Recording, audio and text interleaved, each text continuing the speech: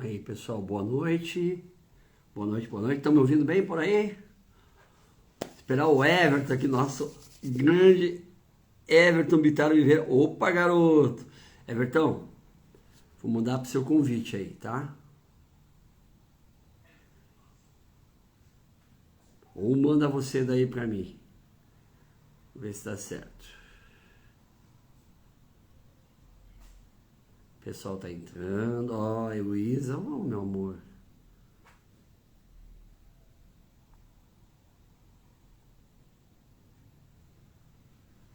Convida o Everton. Cadê o Everton? Cadê o Everton?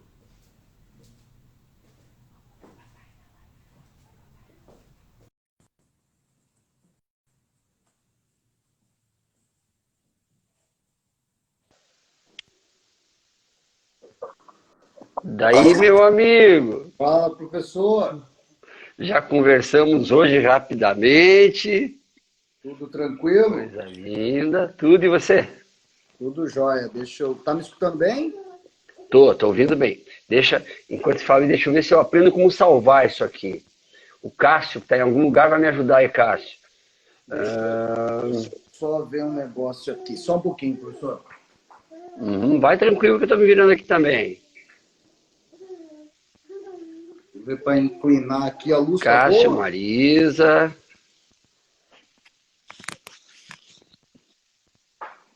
O pessoal tá chegando, deixa o pessoal chegar.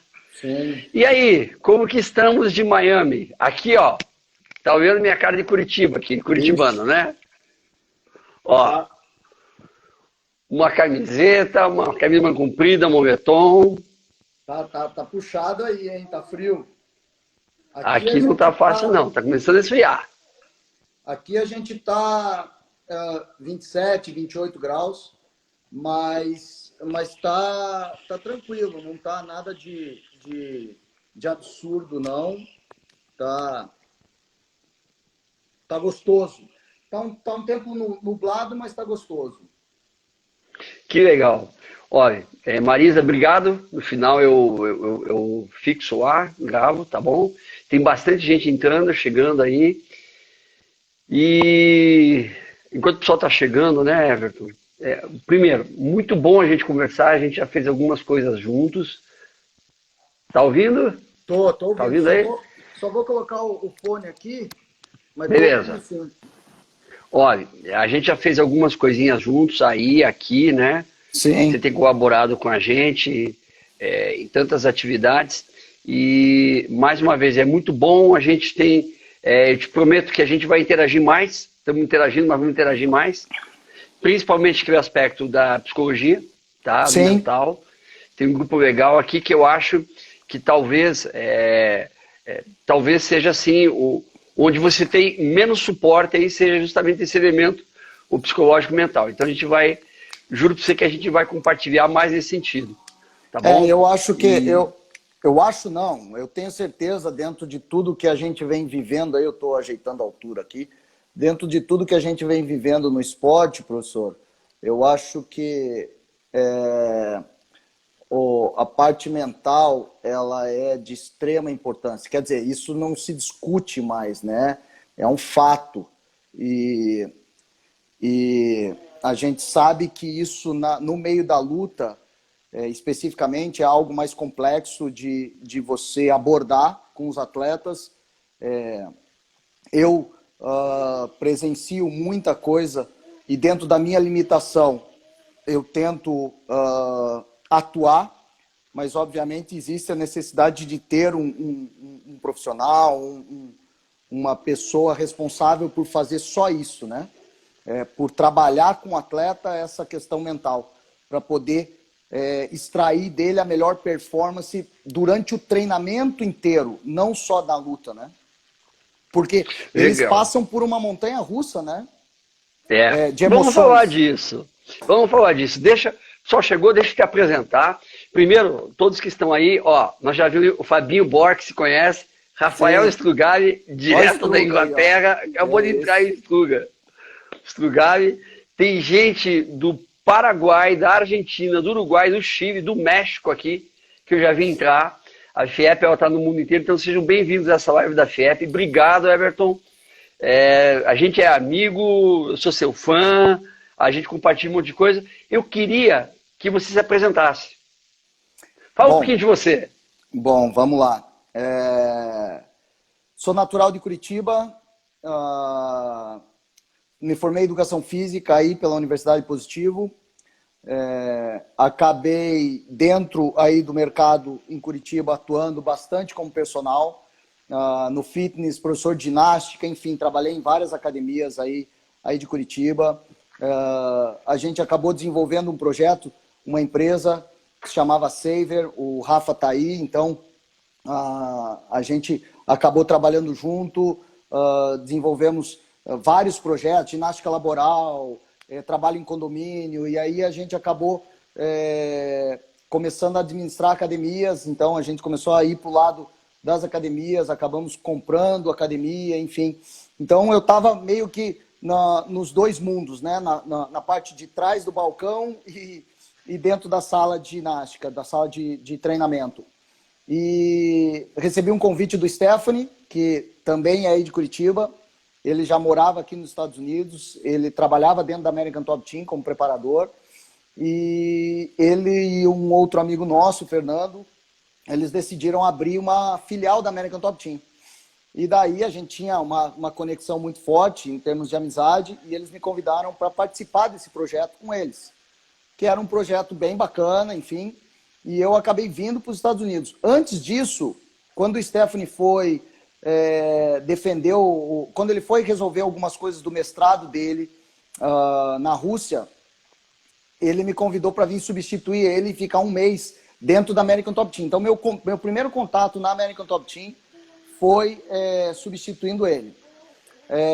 Eu vim de férias um período, daí conheci e tal, mas profissionalmente foi substituindo ele durante quase que um mês. Voltei para o Brasil, enfim, tinha as minhas coisas e acabou que ele precisou que eu viesse de novo. Eu vim mais uma vez e daí surgiu essa ideia de desenvolver esse projeto. Eles decidiram montar essa academia e tal. Eu continuei, voltei para o Brasil, continuei minhas coisas, não tinha, em hipótese alguma, vontade de morar fora do país. Até o momento deles me convidarem para participar desse projeto, eu vim para cá para ficar 2 a 3 meses, essa era a ideia. Foi no final de 2011. E daí, nesse tempo, muitas coisas aconteceram. Eu tive alguns motivos pessoais e decidi ficar por aqui durante um período de 1 ano. E daí, nesse 1 ano, a vida deu um looping, virou de ponta cabeça e depois subiu. E eu tive a oportunidade de começar a trabalhar dentro da American Top Team com alguns atletas. Não como preparador, mas especificamente com alguns atletas. O Stephanie ainda estava lá, então eu ajudava ele. E comecei a trabalhar com o Antônio Silva, com o Pezão. Isso em 2012. E ele acabou... Eu fiz a preparação dele para a luta contra o Alistair Overeem, que foi uma luta antológica, que ele nocauteou o Overeem. E depois dessa luta, várias portas se abriram. Eu comecei a trabalhar com o Thiago Alves, com o Pitbull, uma lenda aí do esporte também. Aí as coisas começaram a acontecer de uma maneira diferente e eu tô lá até hoje. São 8 anos, vários números aí que às vezes me fogem na memória, mas são mais de 250 lutas como preparador. São 12 disputas de cinturão no UFC com diversos atletas. Amanhã vai ser a 13ª. Vários outros eventos como o One FC, o Titan, o PFL, enfim. Então, aí a gente vem colhendo frutos aí, colecionando bons resultados aí com toda a equipe. Então foi o Pezão que abriu para você as portas assim do UFC em 2012, legal, cara. Isso. Depois veio o Pitbull, que a gente Pitbull foi a primeira monitoramento que a gente fez de um treino de dentro do tatame ali mesmo, né? Isso. Pô, que legal, cara, que bacana. Tem um monte de gente, não sei se conhece o Fabinho Cunha, que é do Jiu-Jitsu, foi campeão mundial de Jiu-Jitsu. Tá aí o Fabinho, acabou de entrar, o pessoal da Interamericana de Taekwondo. Olha, pô, cara, muito legal. E aí, cara, hoje eu digo assim, a gente já conversou sobre isso há alguns meses, a gente veio falando desde o ano passado, que tudo que a gente vê de resultado, o pessoal que está na lida, na batalha, na luta, os coaches, você fatalmente é do pessoal do preparação física, hoje o cara mais bem sucedido do UFC. E assim a gente pode ir da luta, né? Com todos esses atletas que você tem. E aí, se a gente considerar, eu fiz várias anotações aqui, mas você pegou tantos atletas aí que eram meras promessas, talvez, e hoje já são lendas. Você se tornaram lendas junto com você, como a Amanda, como Marreta, Moicano, o próprio Formiga, né? Tem tanta gente legal aí. Eu pergunto, dentro das dimensões do treinamento, né? A gente falou sobre isso. Você trabalha com a preparação física, mas o desempenho não é produto só do físico, né? Nós temos o técnico, o tático e o mental, psicológico, que tem que falar muito. Queria que você falasse um pouquinho disso. Como que é essa dimensão para você? Qual o valor de cada um? Então, eu confesso para você, professor, que toda hora que eu tenho um tempinho, eu abro meu computador, eu tenho minha tabela ali e eu vou atualizando luta por luta, né? De todos eles. Então, eu tento não distinguir, embora existam diferenças entre todos eles, e eu guardo cada um com um lugar especial dentro né, dentro de mim. É um trabalho em conjunto, é um trabalho de todo o time. Quando se ganha, ganha todo mundo. Quando se perde, ou melhor, quando não se atinge o melhor resultado, também todo mundo fica responsável. Eu considero que ter a possibilidade de poder ter acompanhado, por exemplo, você citou 2 casos, né? Mas tem diversos, mas a Amanda e o Marreta, né? O Marreta são 18 ou 19 lutas que a gente já trabalha junto. A Amanda são 11, amanhã vai ser a 12ª. Então, você poder ver toda a evolução do atleta como profissional, como pessoa, fisicamente, tecnicamente, mentalmente, quer dizer, você vê toda a maturação desse atleta dentro do evento. Muitos atletas que chegaram lá como iniciantes e hoje estão no topo da cadeia mundial. O Natan, por exemplo, a gente teve uma conversa muito legal, que ele brincou e falou assim, Pomba, o professor, ele me chama de mestre. Eu, particularmente, eu brinco com ele que eu não gosto, porque mestre, para mim, é algo... Eu sou um professor, entendeu? Mestre é algo bem único. E ele comentou comigo, falou, Pomba, quando eu cheguei aqui, eu estava iniciando e o senhor sempre deu a mesma atenção que o senhor dava para a Amanda. E a minha resposta foi, eu sou profissional. Num primeiro momento, eu me respeito como profissional, então eu vou me doar 100%, independente de quem seja. Obviamente, voltando, a gente sabe distinguir as prioridades. É óbvio que eu tenho que muitas vezes me dobrar para poder atender da melhor maneira possível todos eles. Mas, em nenhum momento eu vou deixar de dar o meu melhor para quem quer que seja. E daí ver a evolução de um atleta que chega aqui e está aqui hoje é imensurável. É algo que eu guardo com muito carinho e graças a diversas pessoas que me deram a oportunidade de mostrar o meu trabalho. Eu não gosto muitas vezes também de ficar citando nomes que muitas vezes a gente esquece. São tantas pessoas, tantos profissionais, tantos atletas que me deram a oportunidade de mostrar o meu trabalho e eu sou muito grato por isso, né? Que legal. Na preparação desses atletas todos que você tem, né? Nós temos aí várias escolas de preparação física, de treinamento esportivo, a russa, a europeia, a norte-americana, né? Muito do Brasil, que a gente recebeu tudo isso e assimilou. Como que você divide a preparação dos teus atletas aí, dessas feras? Então, fases, ciclos, como que funciona? Dá uma pincelada aí pra galera. Eu vou roubar o que o professor falou. Eu me encaixo muito no sistema brasileiro.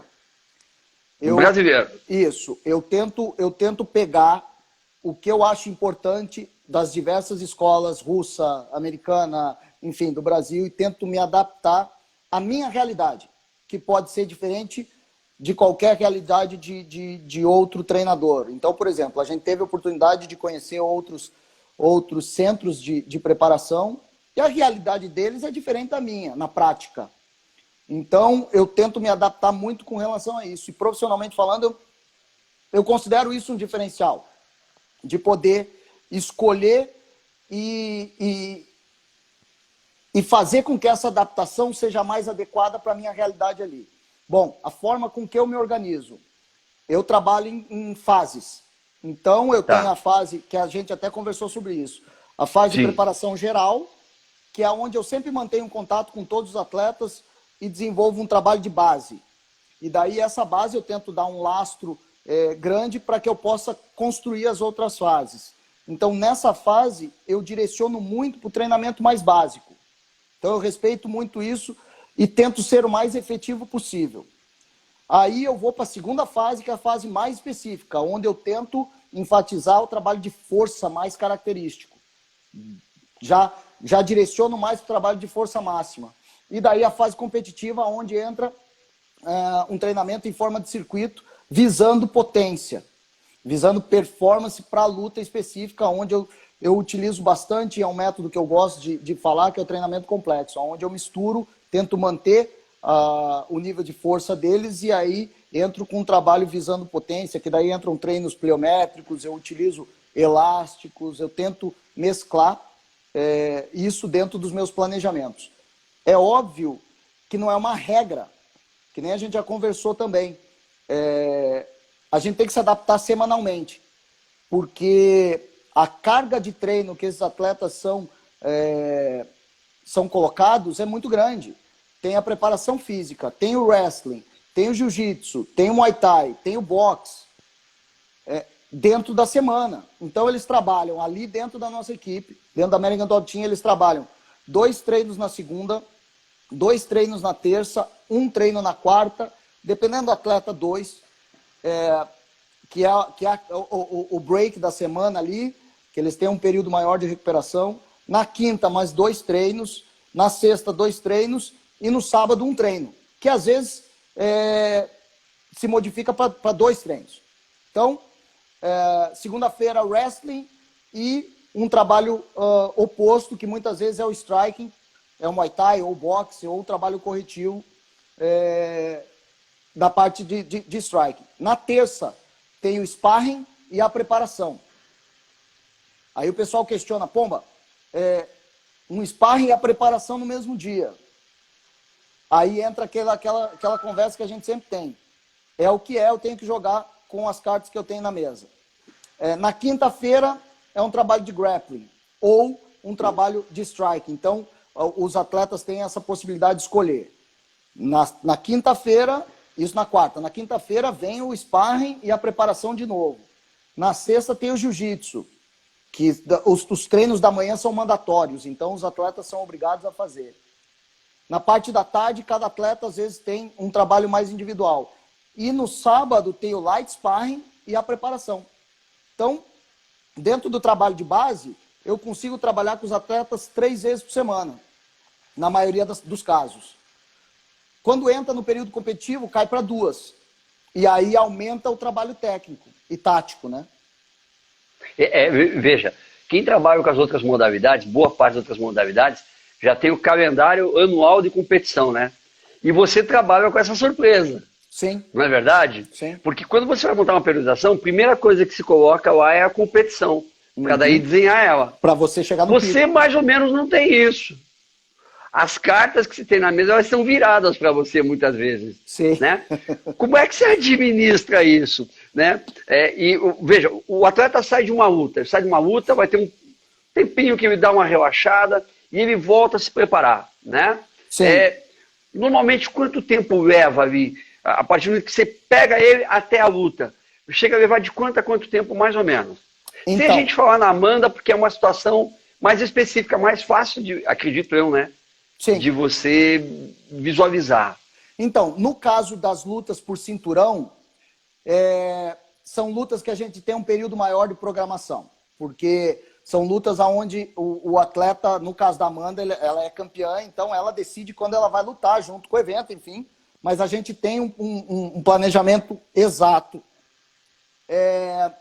Bom, com relação aos atletas, a grande maioria não tem data.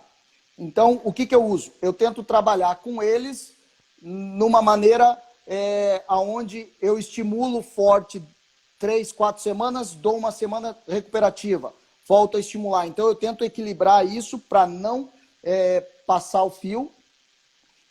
E, de uma certa forma, se eu tiver 4 semanas, eu tento já, como eu lhe falei, eu tento deixar a base um lastro maior para que eu possa fazer uma transição direta para a fase competitiva. Então, eu sempre tento trabalhar dessa forma para que eles possam pegar uma luta o mais rápido possível. Então, vou te dar um exemplo. Felipe Lins, que foi campeão do PFL. Ele entrou para o UFC, já lutou agora em maio e vai lutar agora em junho. Ele tirou 1 semana e meia e já voltou. Então, eu voltei devagar, mas já estou fazendo o ajuste das intensidades para que ele consiga chegar no dia 27 na melhor performance possível. Eu sou bem realista. Esses caras, eles vão lutar ou 15 minutos ou 25.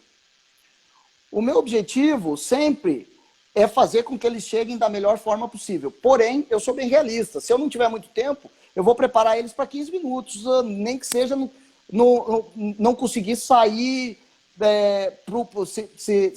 vamos supor, se tivesse um 4º round, não iria ter uma performance adequada. Porém, ele terminou os 3 rounds que ele precisava. Então, eu costumo sempre analisar essa questão da eficiência. E eu busco sempre focar na parte efetiva para não perder tempo e não desgastar o atleta desnecessariamente. À medida que você vai falando, vão surgindo várias coisas aqui na minha cabeça.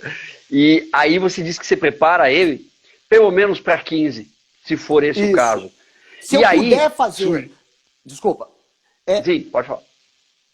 O meu objetivo é sempre deixar o atleta numa performance perfeita. Perfeito. Porém, que nem eu lhe falei, eu tenho que ser realista. Se o atleta chega para mim... E aí eu penso muito como pessoa, tá?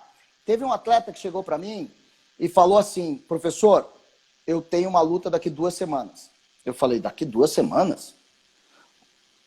Aonde? Porque ele não é atleta do UFC. Ele é uma promessa que está apostando tudo na carreira dele. Um brasileiro veio para fora do país e está apostando tudo na carreira dele. Ele chegou, o que o senhor acha? Eu falei, mas peraí, não tem outro evento acontecendo agora. Como é que você vai lutar daqui 2 semanas? Ele, não, professor, me fizeram o convite para ver se eu aceitava pegar uma luta short notice, né, uma luta de curto prazo no UFC. Sabe qual que foi a minha resposta? Pega. Sim. Não importa, pega. É a tua oportunidade. É a tua oportunidade. Então, vai dar a cara para bater. A única coisa que eu falei, tenha certeza de que você vai ter um contrato de outras lutas para que daí sim você possa se preparar caso o resultado não seja o esperado. Porém, a gente sabe que a luta, uma mão pode acertar e definir a luta. Então, assim, eu jamais vou dizer para o atleta, você não está 100% preparado, não entra. Eu não tenho o direito de mexer com a vida de um atleta, com o futuro de um atleta, porque a gente sabe que sim, se ele aceita, entra uma mão, ele nocauteia o cara, muda a vida dele. Então, eu sou sempre assim, vamos trabalhar, vamos tentar se manter o mais bem preparado possível para que você aceite a oportunidade que pintar na tua frente. Então, é diferente de casos que a gente consegue se programar, né? Sim. E aí você estava comentando lá, eu achei essa situação de você preparar um indivíduo para 15, 20, 3, 4, 5 rounds, vai ter toda uma relação depois interdisciplinar com os outros coaches, né? Sim. Eu sei que você tem o teu head coach aí, que é o Conan, sim, né?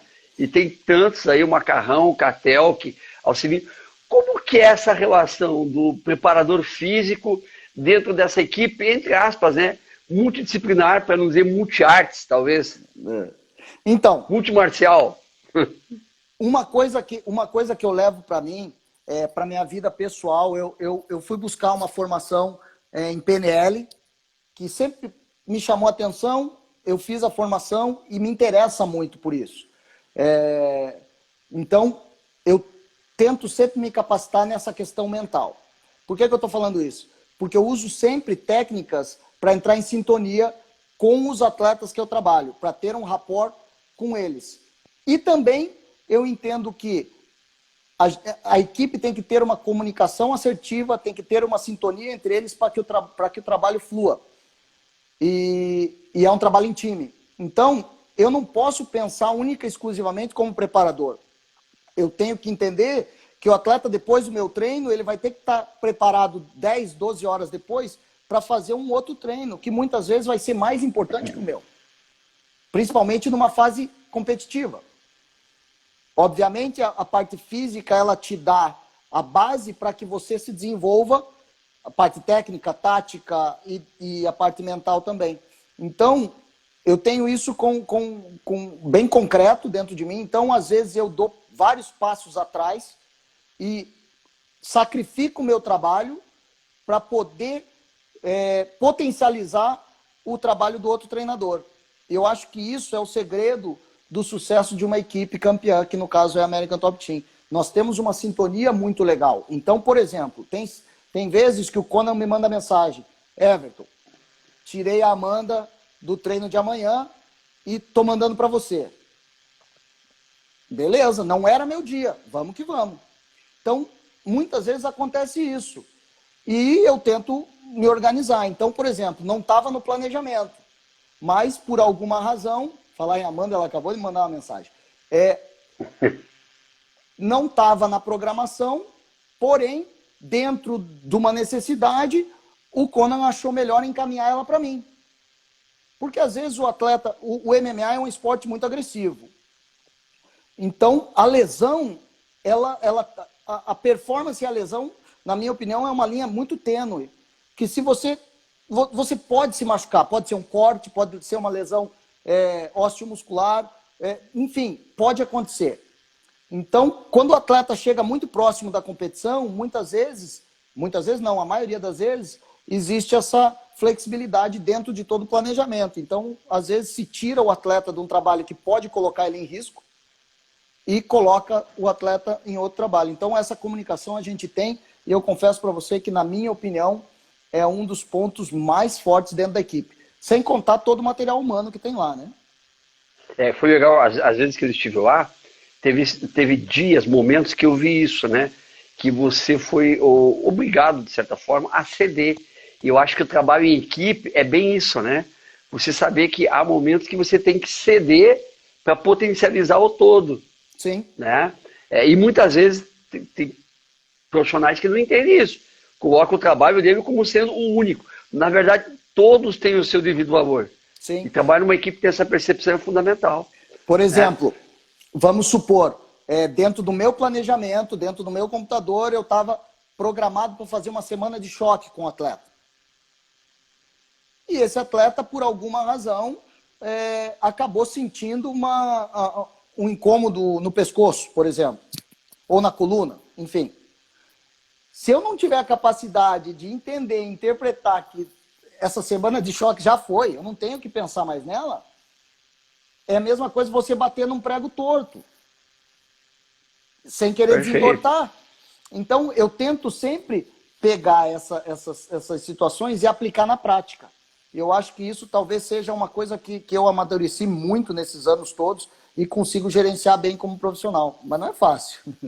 Não é fácil. Entendi bem o teu exemplo. Seguinte, o Alexandre, se não me engano, fez uma pergunta aqui. Você utiliza algum método de controle de carga e consegue fazer alguma coisa? Vai na subjetividade? Como que funciona essa questão do controle de carga? Existe um diálogo muito franco com os atletas? Como que funciona aí? Sim. O diálogo com os atletas existe 100%. Eu tenho liberdade de mandar eles embora.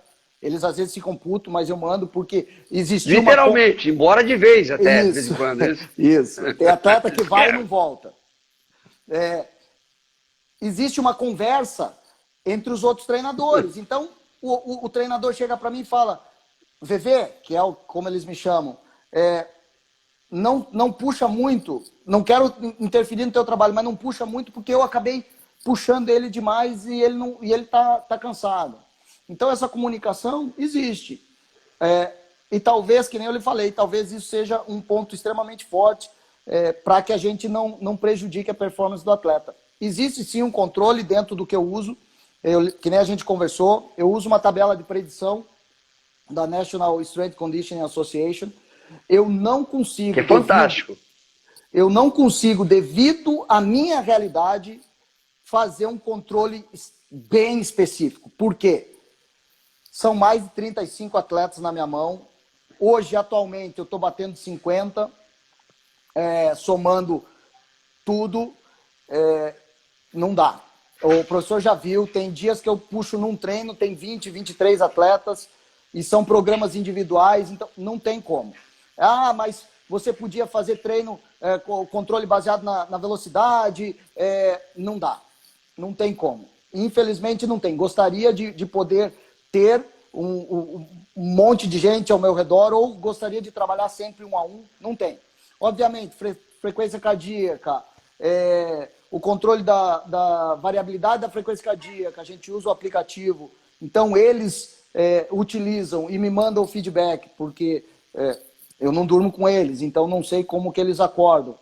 Porém, aí entra um outro aspecto, o quanto eles também se controlam e estão comprometidos com esse controle. Então tem atleta que não faz, esqueci, não sei o quê. Então vai muito também do feeling e de ter essa conversa ampla com o atleta, do atleta chegar para mim e falar, professor, não dormi bem. O Alexei, que lutou contra o Verdun agora, teve uma semana que a mulher dele estava na Rússia e ele estava cuidando dos filhos e treinando, e levando para a escola, fazendo café da manhã e tal. Pô, o cara estava dormindo 3 horas por noite. Se eu não entendo isso, eu posso acabar com o treinamento dele e acabar correndo o risco dele se lesionar desnecessariamente. Então, o que eu fiz? Tirei todo o pé, antecipei uma semana regenerativa e ele foi lá e teve uma brilhante vitória. Então, assim, e outra, com 43 anos, tendo algumas dificuldades. Então, por exemplo, ele tem um histórico de lesões muito grande, uma carga de treinamento durante todos os anos. Ele tem mais de 70 lutas no currículo. Então não adianta, eu não vou colocar ele para ficar saltando que nem um canguru, por exemplo. Caraca, cara. Eu tive vontade de interromper agora, fazer uma exclamação. O Alexei, pesado, 43 anos e daquele jeito. Rendendo daquele jeito. Então, por exemplo, aí aonde que eu entro e levo muito os princípios do treinamento. Individualização, por exemplo. No caso do Alexei, o que eu escolho? Potencializar o que ele tem de melhor. Mas ele está muito lento. Não vou conseguir transformar ele no formiga, por exemplo. Não dá. Com certeza.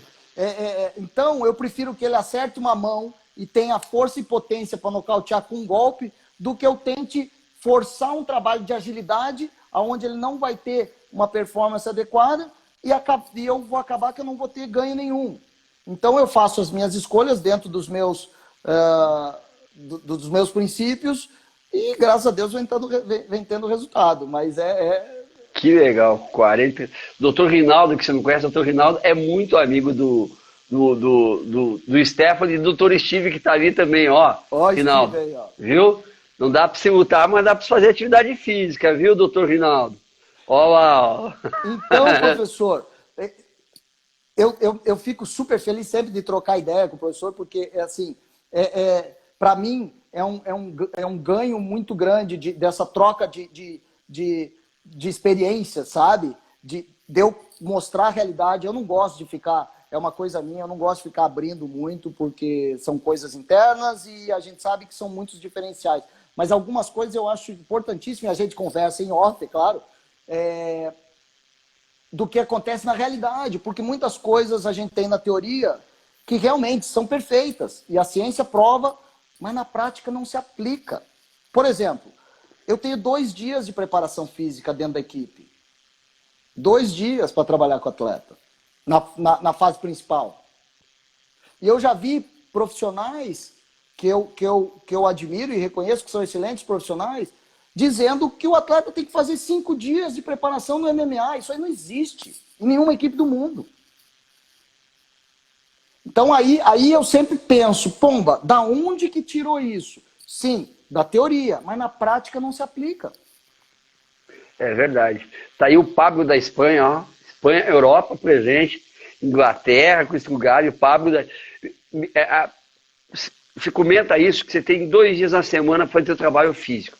E eu presenciei isso lá com você e gostaria que você falasse um pouquinho, né? Hoje se faz muito uma analogia na ciência do esporte em relação à carga ótima.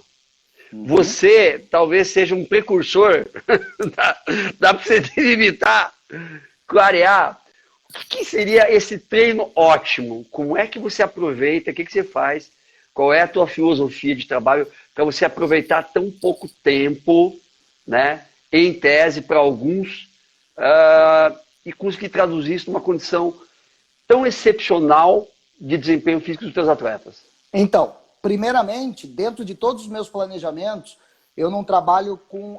Eu não sou engessado. Então, eu busco trabalhar com margens de repetições. Dentro dessas margens, eu encaixo os percentuais de carga ideais para cada atleta. Então, na fase de força máxima, eu sempre trabalho de 3 a 6 repetições. Tá? Eu nunca fiz um trabalho de 1 RM. Enfim, eu sempre fiz um trabalho de predição, um trabalho submáximo. Por quê? Eu considero que eu botar o atleta em risco, ok, está em off, não está em camp, ok, mas eu colocar o atleta em risco para fazer, por exemplo, um teste máximo de supino, e ele tem uma ruptura de peitoral, eu não vou me perdoar, porque eu tirei quase que 1 ano da carreira do atleta forçando aquele teste. Então Everton, eu trabalho sempre com margens. Até mesmo porque existem outros fatores que influenciam na performance do atleta. O sono, os outros treinos. Então, eu posso ter um planejamento onde eu quero desenvolver um trabalho submáximo, mas às vezes o atleta não tem condições e eu modifico o estímulo. Então, isso eu tenho bem amplo. Meu plano A, meu plano B e às vezes um plano C. E eu uso essas tabelas onde eu consigo avaliar qual é a margem que eu posso ir. Por exemplo, a Amanda, na fase de força máxima agora, a margem de carga dela para o treino de força máxima ficava em torno de 82 a 92 quilos. Naquele dia em específico, eu fiz um trabalho de carga progressiva e ela chegou para mim na última série e falou, bota tudo, pode colocar. Ela estava tão motivada, e isso eu encaro como uma fixação de quanto ela pode ir, mentalmente falando. Então, o que eu fiz? Eu, como spot dela, então eu estava ali no exercício acompanhando, jamais sozinha, ela realizou 4 repetições com 92 quilos. O que para mim, claro, volto a dizer, dentro da minha experiência, eu nunca vi uma mulher fazendo isso. Eu estava no apoio, é óbvio que dentro de mim, eu peguei e falei, caramba, devo ir ou não devo ir? Será? A gente fica, porque assim, é a minha responsabilidade, eu estou botando a minha responsabilidade em todo o trabalho. Só que ela estava tão motivada e tão feliz com aquilo que ela estava vendo, que eu peguei e falei, quer saber? Vou pagar para ver e vamos lá. Qualquer coisa, se eu sentir, eu puxo e pronto, acabou. Não, ela fez. Saiu daquele treino, putz, sensacional. Não repeti isso, sabe?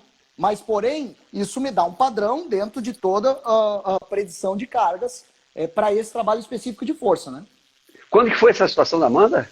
Específica? Foi há 4 semanas atrás, praticamente. É aquele que estava no teu Instagram, não? Aquele Isso, vídeo está no Instagram? isso. Então, quem quiser ver, né? Quiser observar, não só ouvir, mas ver, Everton Viveu Viver, é isso? Isso, aham. Vão lá, quem não está no Insta do Everton, entra lá e vê. É real isso. A mulher Então, assim, empurra mesmo. e isso eu acabo buscando sempre para todos eles. Outra coisa que eu valorizo muito, eu não tenho o meu exercício favorito. Eu tenho alguns exercícios que eu considero que são de extrema importância. E o supino, movimento de supino é um deles, que pode ser com barra, pode ser com halteres. Tem artigos que provam o benefício do supino na performance do soco, até mesmo de padrão de movimento ser praticamente a mesma linha de movimento. Então, eu tento, por ter só 2 dias, por muitas vezes ter que colocar o atleta em alta performance em pouco tempo, eu tento não perder tempo dentro dos meus planejamentos. Entendi. Isso eu levo como regra. Fala um pouquinho algo que eu vi você fazer muito bem. Fala um pouquinho do treino complexo. Então, o treino complexo é um treino que eu comecei a utilizar e gostei muito. Porque eu considero que é um treino efetivo, de manutenção e muitas vezes até de um ganho de força. E logo em seguida eu faço um trabalho específico da luta, um arremesso, um trabalho pliométrico, um trabalho direcionado de potência. Então, por exemplo, eu utilizo o supino numa série submáxima e logo em seguida eu vou para um trabalho de arremesso, de medicine ball ou uma flexão pliométrica. Tem as máquinas pneumáticas, eu posso utilizar um elástico. Então, eu tento variar dentro do conceito do trabalho complexo ou de contraste. Né? É um trabalho que vem dando certo. Não acho que... eu considero dentro do treinamento que a gente tem várias estratégias e muitas delas super eficientes. Cabe ao profissional escolher. Eu acabei me adaptando com o treino complexo e a grande maioria dos meus atletas faz isso. Não são todos. A grande maioria. Tem outros que já tem uma característica muito forte e daí eu só entro com um trabalho mais de velocidade. Entende? Daí eu tiro a carga e boto velocidade máxima. Daí. Para quem tiver... Só que o trabalho de velocidade, eu também considero um trabalho, como todos os outros, que você tem um certo tempo para você fazer. Que ele também te coloca em risco. Você trabalhar em velocidade máxima todo o tempo, quer dizer, isso também te coloca em risco. Então, todo planejamento, se a gente consegue seguir as fases programadas, é perfeito. Como a gente não tem sempre essas fases bem concretas, o trabalho complexo eu acho que se adapta legal dentro da minha realidade aqui na American Top Team. Legal. Eu vi também você com... Eu acho que eu estive uns 10 dias antes da luta do Marreta com o John Jones, né? E eu vi você fazendo aquele trabalho lá na Kineo, acho que na máquina pneumática, né? Isso. De potência, né? O legal é que, para você que é um cara que gosta de potência, aquele é um aparelho muito, muito interessante, né? Porque Sim. Você nota isso no gráfico, né? A gente fez algumas Sim. análises, eu lembro, né? Que ele tinha uma capacidade assim absurda de manter a potência do golpe dele, né? Então, com muita carga. A Kineo é uma máquina isocinética que eu tenho a oportunidade de ter lá na American Top Team, que eu utilizo quando posso, porque eu tenho que estar ali do lado, alinhando. Você que levou a máquina para a academia, diga-se de passagem. Isso.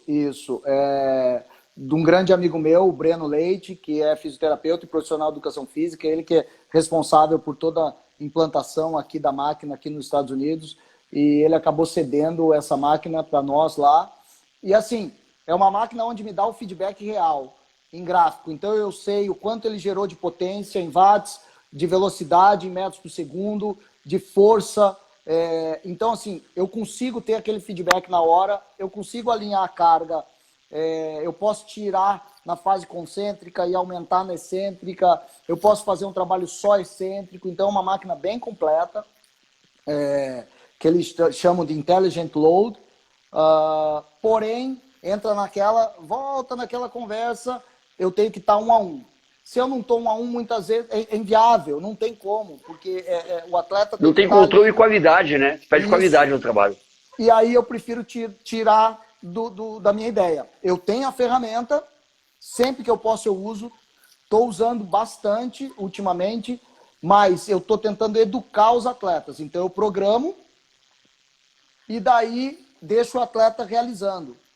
Mas às vezes, por exemplo, o atleta deixa de apertar um botão e aí vai fazer o movimento, descalibra a máquina, aí eu tenho que resetar. Então essas coisas, e eu não consigo, eu não posso parar o que eu estou fazendo com os outros também. Então assim, é algo um pouco complexo, mas a gente vem gerenciando bem. Olha, a Ana Ortigosa do Paraguai ali, uma professora de referência, que nós temos uma colega lá no Paraguai. Uhum. Everton, me diga uma coisinha. A gente falou dessa tua interação com os coaches dentro da academia. A gente Sim. sabe que a realidade que se nos Estados Unidos ela é diferente do Brasil. Não a tua, mas, enfim, a cultura e tudo mais. Sim. Como que fica aí? Você tem relação com nutricionista, com fisioterapeuta, como você disse do Breno mesmo, né? Que está nos Estados Unidos, mas acho que não atua como fisioterapeuta. Você tem essas equipes multidisciplinares, além do pessoal que está na academia, ou não? Ou é você que acaba tendo que ser até enfermeiro de vez em quando? Então, na verdade, assim, cada atleta tem a escolha de poder trabalhar com um profissional específico. Então, na casa da nutrição, todos os atletas que têm condição de ter um nutricionista, porque a grande maioria não tem, eles têm um contato direto. Eu busco estar por dentro, mas é impossível eu ter contato com todos. Então, eu acabo fazendo os meus controles e sempre conversando. E aí, como é que está o peso? O atleta sempre tentando se manter não muito pesado, porque no final das contas a profissão deles é ser atleta. Então, eles têm que entender isso. Eu tento educar todos eles de que eles precisam se manter como atleta. Eles têm um período de férias, mas eles não podem voltar 30 quilos mais pesado. Isso vai dificultar o trabalho de todo mundo. Então, eu sempre tento ter essa comunicação, mas eu muitas vezes não tenho um contato direto, por N razões. Com o fisioterapeuta eu tenho contato direto com o Bernardo, que é fisioterapeuta do Marreta. Eu converso com a Heather, que é a chefe de fisioterapia do centro de treinamento do UFC, que trata vários atletas. Eu dou Lá em aula, Vegas, né? Isso, lá em Vegas. Eu dou aula para o Dr. Gelb, que é um cirurgião ortopedista que opera os atletas do UFC. A fisioterapeuta que trabalha lá é filha do Alex Davis, então a gente tem contato. Então, sempre que precisa, a gente tá conversando. Então, assim, eu considero que a minha comunicação com os outros profissionais é muito boa, porém, longe de ser o ideal. Por quê? Porque os profissionais não estão ali diariamente, sabe? Então, infelizmente, não existe essa comunicação do nutricionista querer saber quais são os meus planejamentos para ele poder alinhar a rotina alimentar do atleta. Eu acho que seria interessante? Sim. O nutricionista deveria saber, só que é impossível. Não tem. Eu acho um pouco utópico quando o profissional não está dentro da equipe. Porque aí eu não vou ter vida fora. Entendi. Então, assim, existe sim uma consciência de todos. Todos os treinadores estão em cima dos atletas. Então, como é que está o peso? Vamos checar. Sabe? Como é que está a alimentação e tudo mais. Mas não existe aquela comunicação direta na grande maioria. Nos casos que eu digo que são os casos mais específicos, aí sim, aí tem. Aí tem. Um dos grandes fantasmas que você vê nas lutas, e a gente vê artigos, é a situação do controle de peso, né? Sim. Você não tem muito problema com o controle de peso aí, né? Não. Por quê? Eu sei a resposta, mas eles querem ouvir. Cai nessa. Eu não sei se é essa a resposta que o professor está imaginando, mas cai nessa situação toda da equipe, na minha opinião, de todo o controle hoje em dia, porque assim, se o atleta estiver muito pesado, ele não tem oportunidade de pegar uma luta de short notice, porque ele não vai conseguir bater o peso. Então, a gente tenta fazer com que os atletas se conscientizem que eles têm que ser atletas o ano todo. Isso não significa que eles têm que treinar intenso o ano todo. Só que eles têm que ser profissionais. Então, assim, ok, vai tirar férias? Vai. Pode comer o que quiser? Vai, come. Mas lembra que é importante não passar do ponto.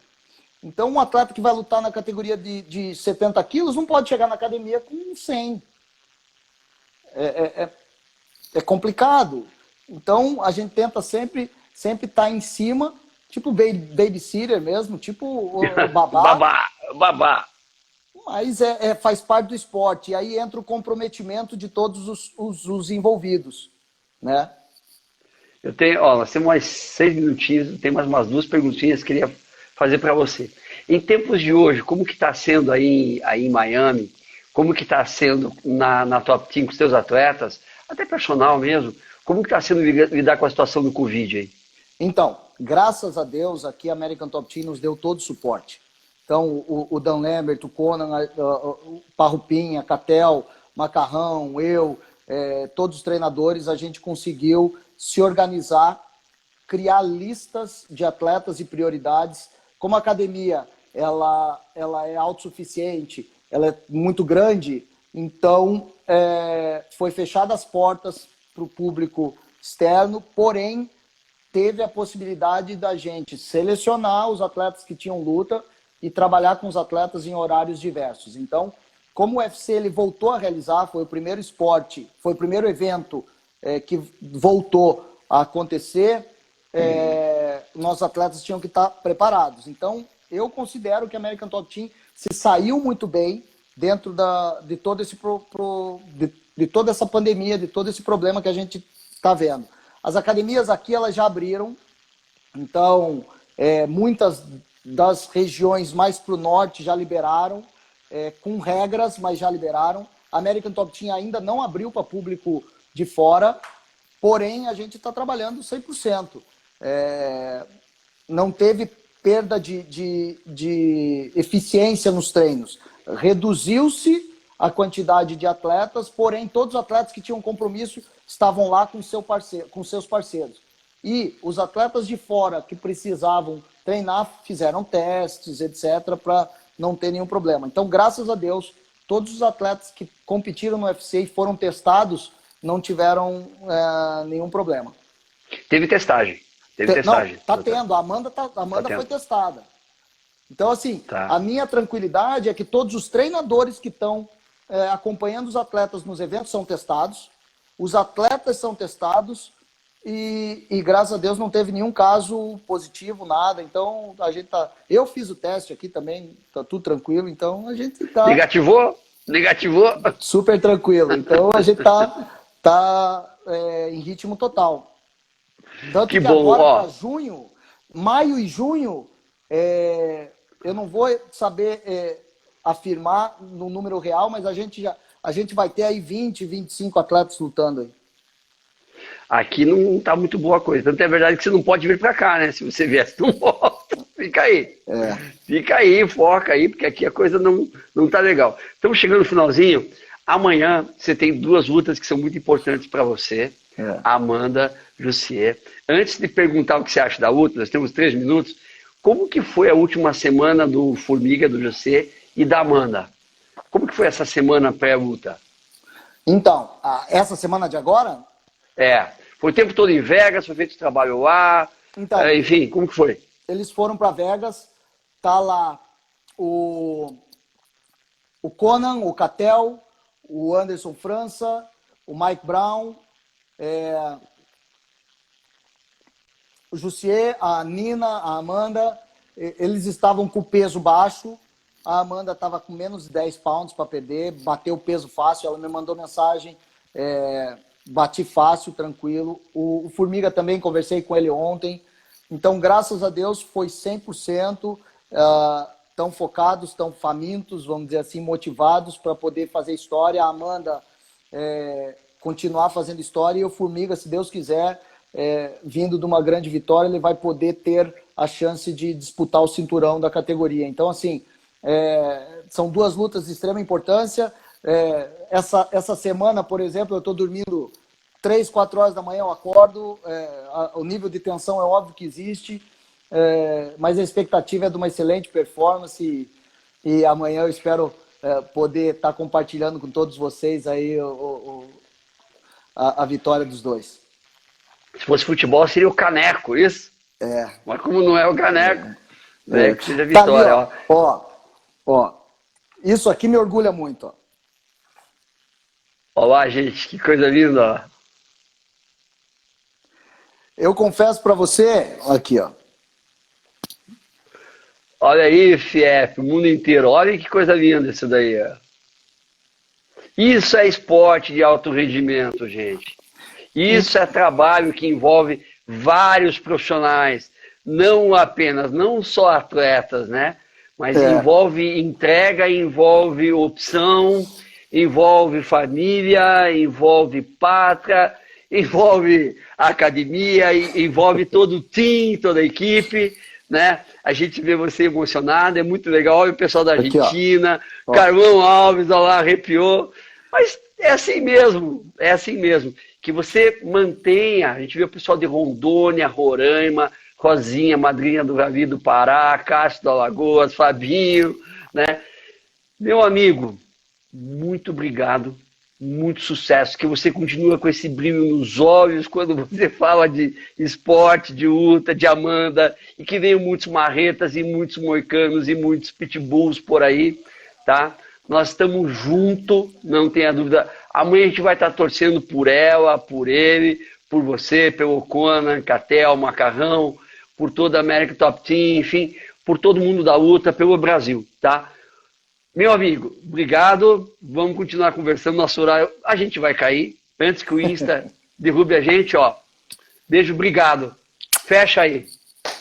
Bom, eu arrepiei porque aquele quadro ali, ele... Você tem todo o direito. Ele faz voltar no tempo e traz memórias inesquecíveis que ficam guardadas aqui. Então, só a gente sabe o quanto a gente se dedica, todos, né, da equipe, e passa para o atleta e coloca no atleta toda a nossa energia positiva, todo o nosso desejo de vitória. E quando o atleta vai lá e tem uma excelente performance, ou muitas vezes alguma coisa acontece, mas sai com a vitória, enfim, é inexplicável a satisfação. E eu tenho orgulho de poder participar da trajetória desses grandes atletas. E obviamente, eu me entrego 100%, me emociono, grito, pulo, choro. E no final das contas, eu ganho alguns cabelos brancos, mas porém tudo vale a pena. E amanhã a expectativa é de continuar dessa forma. Tamo junto. Obrigado. FIEP Brasil agradece você. Coluna da revista Tatame, o Carlão ali dando um toque pra gente, tá? Conversamos depois, tá? E no Insta a gente fecha aqui. Sim, obrigado pela oportunidade, obrigado pelo carinho, professor de sempre. E vamos que vamos. Amanhã. Vamos Brasil. Que vamos. Um abraço. Vamos lá, pra cima deles. Amanda, José, Everton, Top Team. Abraço. Valeu, abraço. Valeu, garoto. Tchau, tchau. Valeu. Valeu.